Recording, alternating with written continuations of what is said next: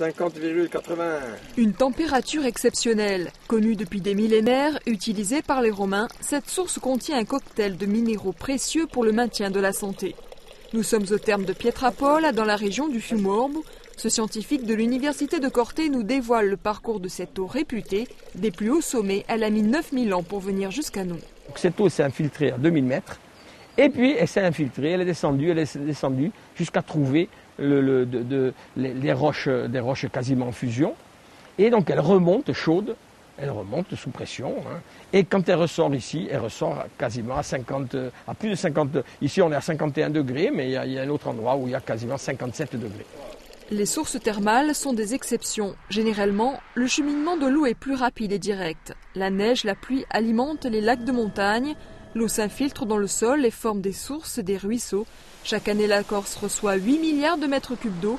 Les scientifiques prennent en compte à la fois la quantité de cette ressource et surtout sa disponibilité. L'eau qui est tombée, souvent, avec une température élevée, il y a beaucoup d'évaporation. Et ce qu'on appelle de l'évapotranspiration, c'est-à-dire l'eau qui s'infiltre, est captée par les racines des végétaux. Et ces végétaux repompent dans le tronc, ça ressort par les feuilles. Et ça, c'est de l'eau qui est perdue. Alors bon, ça fait partie du cycle, mais c'est de l'eau qu'on ne retrouve pas à la fontaine, par exemple, l'évapotranspiration.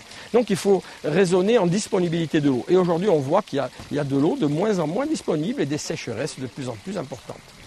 Il reste donc 4 milliards de mètres cubes d'eau vraiment disponibles, mais une grande quantité n'est jamais utilisée. Un exemple, celui d'Isolaccio di Fiumorbu. Ici, la population s'est désaltérée auprès des 7 fontaines du village jusqu'en 1957.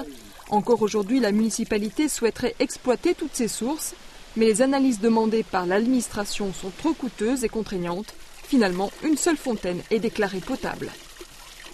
Lorsque vous ouvrez le robinet pour le ménage et tout ça, c'est une facilité, mais pour la santé des gens, je crois qu'il aurait été beaucoup plus primordial d'exploiter les sources naturelles plutôt que de l'eau qui est trop chlorée, là, qui vous bouffe l'estomac, les intestins, tout ça.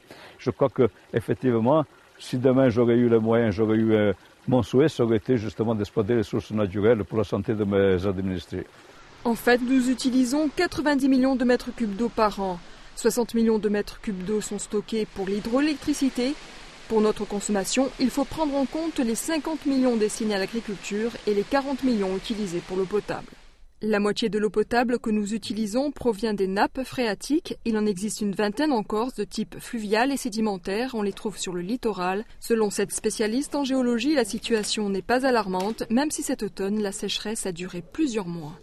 Les nappes que l'on a en Corse sont des nappes qui se rechargent très rapidement. Oui, on a vu là ce week-end, entre vendredi et samedi, on a pu prendre sur certaines nappes 1 mètre, 2 mètres, une augmentation du niveau de la nappe d'1 mètre à 2 mètres. Donc en une journée, la nappe se recharge. Plusieurs dangers menacent la qualité de l'eau, les pesticides, mais aussi les forages. Par excès de pompage, ces derniers peuvent contaminer les nappes phréatiques par des entrées d'eau saline. Elles sont littorales et elles sont infiltrées par endroits du fait du pompage, très souvent du pompage des particuliers. Alors c'est la somme de ces pompages qui fait qu'on attire progressivement le biseau salé. Et à partir du moment où vous avez des entrées de sel, comme on les a sur la plaine du Golo, comme on les a dans la région d'Ajaccio, à partir du moment où vous avez ces entrées salines, il est très difficile de s'en débarrasser. La Corse est l'île de Méditerranée la plus riche en eau. Dans le futur, sa gestion demandera plus de rigueur, car les scientifiques prévoient une raréfaction de cette ressource due au changement climatique. Sur notre île, le débit moyen de certains cours d'eau a déjà diminué de 50% en l'espace d'une quarantaine d'années.